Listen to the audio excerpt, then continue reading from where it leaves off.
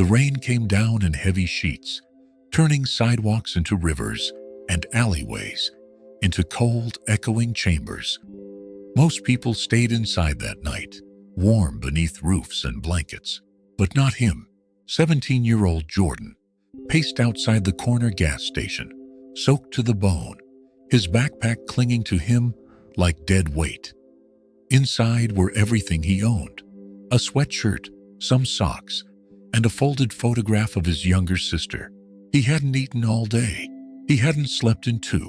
As he tried to shield himself beneath the tiny gas station awning, an older woman parked her car nearby and got out with a basket of groceries. She paused when she saw him. Her name was Mrs. Rosa Alvarez, a retired nurse known in the neighborhood for her stubborn kindness and her perfectly combed silver hair. She was small, maybe 5 feet tall, but something in her eyes had weight. She looked at the boy. His sunken cheeks, wet shoes, clenched fists. "You hungry, mijo?" she asked in a gentle but firm voice. Jordan looked down, hesitant to answer. "I'm fine." Rosa didn't buy it. She handed him a granola bar from her purse. "Eat now, lie later." He cracked a weak smile and took the bar. "Thanks. You have somewhere to sleep tonight." Jordan hesitated again, and that was all the answer she needed. "Get in the car," she said, pointing toward her aging Toyota. He froze. "Ma'am, I don't want trouble." Rosa's voice softened. "Neither do I. But no kid should be sleeping in the rain." He stood there wrestling with fear and pride. And then he got in. That single decision would change both their lives in ways neither of them could have imagined. Rosa's house smelled like cinnamon and Vicks Vapor Rub, a cozy scent that wrapped around Jordan like a warm blanket. "Take off those wet shoes," Rosa said, as she pointed to a towel near the door. "I'm not cleaning muddy footprints." Jordan obeyed, unsure of the rules, but quietly grateful for the dry warmth of her tiny home. She handed him a blanket, then bustled into the kitchen, like she had done this 1,000 times before. In truth, it had been years since anyone but her cat had lived in the house. But muscle memory kicked in. Within minutes, a bowl of chicken soup was placed in front of him. "You can sleep on the couch tonight," she said. "Tomorrow we figure out the rest." Jordan hesitated with the spoon halfway to his mouth. "Why are you doing this?" Rosa sat down across from him, sipping her own tea. "Because someone once did the same for me." Jordan's eyes lingered on her. That night under Rosa's roof, he slept for the first time in days, deeply without fear. The next morning she made him breakfast, asked gentle questions. "Where's your family?" He looked away. "Gone. School. I dropped out after everything happened." He didn't elaborate. She didn't push. Instead, she made a few phone calls. One to a social worker she knew from her days at the hospital. Another to the local food pantry. A third to an old friend who ran GED classes. Before lunch, she had a plan. "Do you want help?" she asked bluntly. Jordan swallowed hard and nodded. "Yeah, I do." "Good," she said. "Because I don't like to waste my time." Jordan chuckled. He was starting to feel something he hadn't in months. Safe. Later that week, Rosa found him quietly folding the laundry without being asked. She smiled. "Mijo, you don't need to do chores." "I want to," he said. "I want to earn this." But Rosa just shook her head.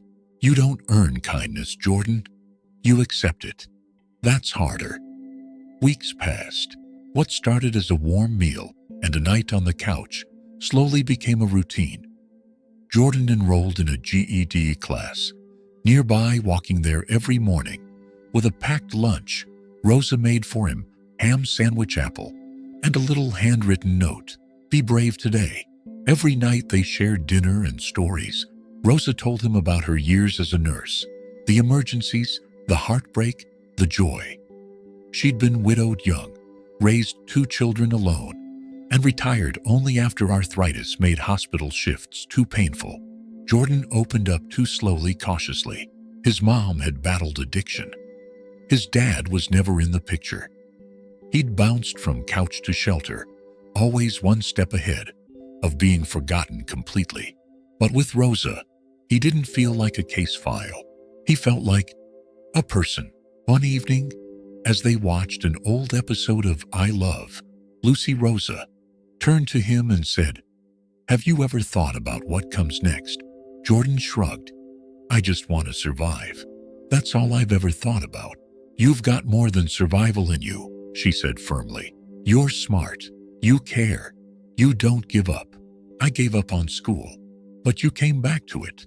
I gave up on people, and yet here you are, trusting an old lady with arthritis and too many cats." They laughed. That night, Jordan pulled the folded photo of his sister from his backpack, the one he hadn't shown anyone in over a year. "She's 8, he whispered. "Lives with a foster family now. I haven't seen her since before everything." Rosa gently placed her hand on his.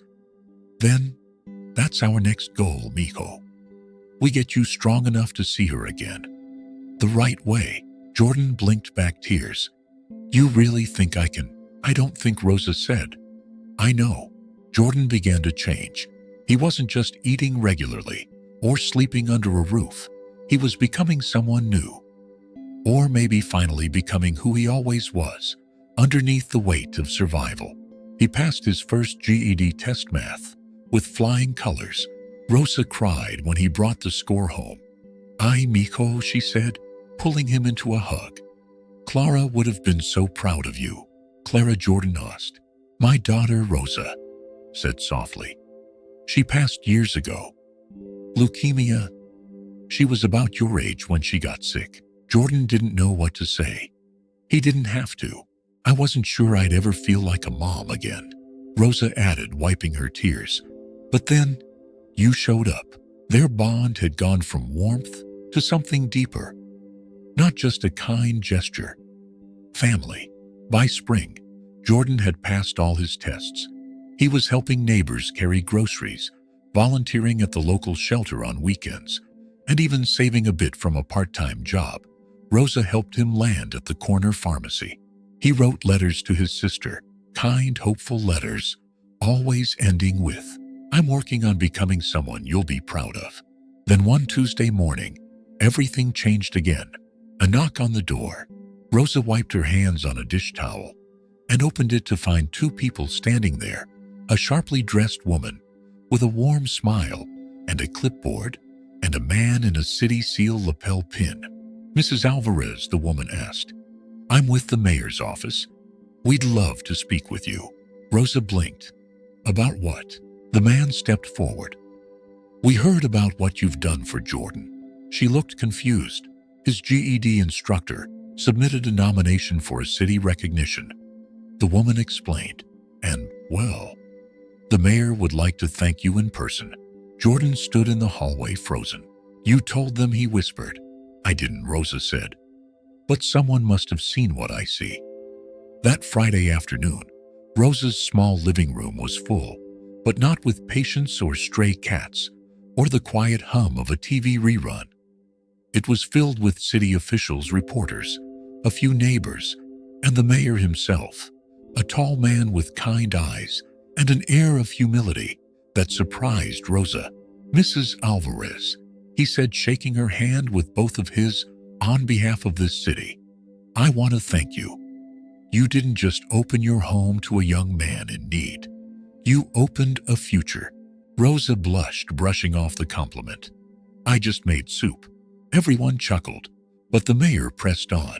"You gave someone a chance when no one else would. And that ripple, that kindness, is something we want this whole city to see." He turned to Jordan. "Young man, your GED scores are impressive. But what moved us even more was what you wrote in your letter." Jordan blinked. "Letter?" The mayor pulled a folded sheet from his pocket and read aloud. "I don't know where I'd be without her. Mrs. Rosa Alvarez didn't just help me survive. She helped me believe I could be worth something. She saw me before I saw myself." The room fell silent. Tears welled in Rosa's eyes.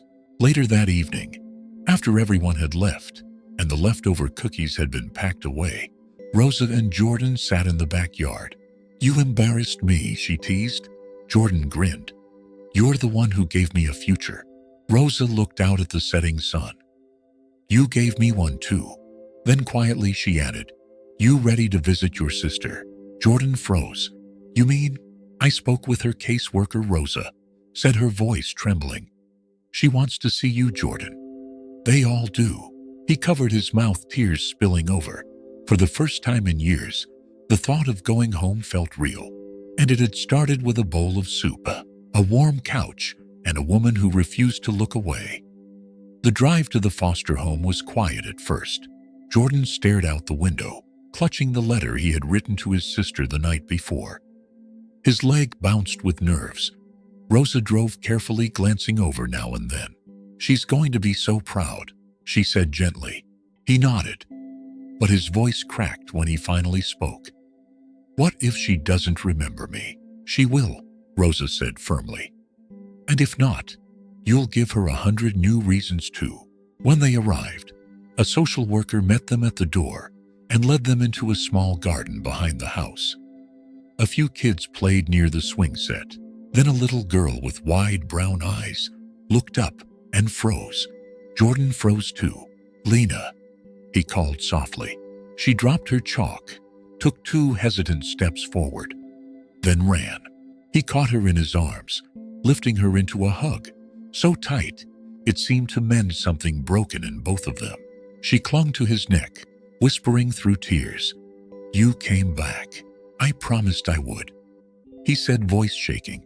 "I'm sorry it took so long." Rosa stood to the side, dabbing her eyes with a tissue heart, swelling with quiet joy. Later, as they sat under a tree, Jordan gave Lena the letter. She unfolded it, smiling at the drawings he'd made in the margins, sunflowers her favorite. "We're gonna see each other more now," he told her. "And soon, maybe, live close again. Would you like that?" Lena nodded fiercely. That night back at Rosa's home, Jordan could barely sleep. "I feel like I can finally breathe again," he said aloud in the dark. From the hallway, Rosa's voice called back, "You're just getting started, mijo." As spring turned into summer, Jordan's world blossomed. He started volunteering full-time at the local youth shelter, the same one that once turned him away. Now, he was the one helping others off the streets, listening to their stories without judgment. People noticed. So did the mayor. One morning, Rosa answered the phone with a familiar voice on the other end. "We'd like to feature Jordan in our city's Youth Recovery and Resilience Initiative," the mayor said. "His journey is inspiring others." Rosa didn't even blink. He was born to inspire. That same week, Jordan received a scholarship offer, a community grant, funded by local businesses to attend a nearby community college. The letter came in the mail with a gold seal, and Rosa's name, handwritten on the envelope's corner. "You had something to do with this," Jordan said, holding the letter. Rosa raised an eyebrow. "Maybe, maybe not." "You definitely did," he smiled. With Rosa's help, Jordan enrolled in pre-nursing courses. "I want to be like you," he told her. "You saved people." "No, Miko," Rosa said, placing a hand on his shoulder. "You're going to do more than I ever did. You'll save hearts too." And then something unexpected happened. A knock on the door again. But this time it wasn't the mayor. It was a local journalist holding a camera crew behind her. "We're doing a story on people who create change without recognition," she explained. "It's called The Quiet Ones. We'd like to feature both of you." Rosa hesitated at first. She wasn't one for cameras, but Jordan leaned in. "She's more than quiet," he said. "She's the reason I'm still here." So they agreed. The story aired 2 weeks later, watched by thousands across the state. People began writing letters to Rosa, to Jordan, even to Lena. They sent books, supplies, even small checks, asking for nothing in return, but to pass it forward. And pass it forward they did. 1 year after that rainy night at the gas station, Rosa and Jordan stood side by side on a small stage at the community center. Behind them was a banner, Hope starts at home. Jordan, now a first-year nursing student, had just given a speech about second chances, the power of one act of kindness, and the woman who gave him everything so when he had nothing. Rosa stood quietly beside him, hands folded, eyes glistening with pride.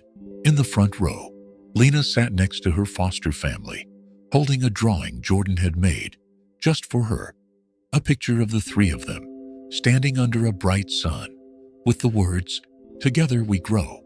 After the event, dozens of people came forward, young, old, struggling, hopeful. Some wanted hugs, others just wanted to say thank you. But one woman holding a teenage boy's hand said something Rosa would never forget. "You made me believe my son still has a future." That night back home, Jordan sat on the porch beside Rosa, the sky glowing with the last light of the day. "I used to think I was just surviving," he said softly. "Now I feel like I'm building something." Rosa smiled. "You're not just building a life, mijo. You're building a legacy." They sat in peaceful silence, the air filled with crickets and soft wind. Then Jordan leaned back and asked, "Do you ever wonder why you helped me that night?" Rosa looked at him with a warm smile. "I didn't wonder. I knew. You reminded me of the people I couldn't save and gave me the chance to save someone again." He nodded, a lump in his throat. "You saved me too," he whispered. And under that quiet sky, two unlikely souls, one with silver hair and one still finding his way, knew they were exactly where they were meant to be, together. If this story moved you, don't forget to subscribe for more real, powerful stories that prove kindness still exists. Leave a comment below. What's one act of kindness you'll never forget? And join us next time for another story that will warm your heart and stay with you long after the video ends. Until then, take care and keep passing it forward.